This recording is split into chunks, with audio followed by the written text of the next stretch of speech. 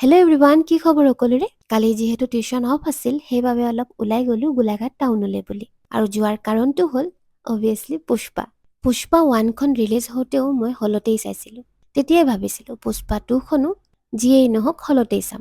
আৰু ভবামতেই কাম, ভাইটি মই আৰু ওচৰৰ ভণ্টিজনীয়ে মিলি গ'লো চিনেমা চাবলৈ। চাউথৰ মুভি বুলি ক'লে এনেই ভাল লাগে চাবলৈ, তাতে আকৌ অল্লু অৰ্জুন, যেনো মিছ কৰিব পাৰি। গোটেই হল একদম ফুল হৈ আছিল।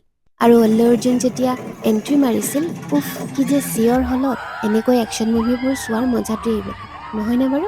চিনেমা চাই মেলি ওলাই আহোঁতে কম প্ৰাইজৰ উইণ্টাৰ কালেকশ্যনৰ বজাৰ এখনত সোমালোঁ।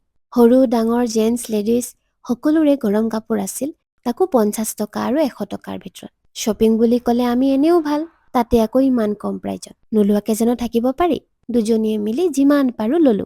গোটেই দিনটোৱে যিহেতু গ'লগৈ এইবোৰ কৰোঁতে, হোটেলত সোমাই চোলা বতৰাকে খাই ঘৰলৈ ঘূৰি আহিলোঁ।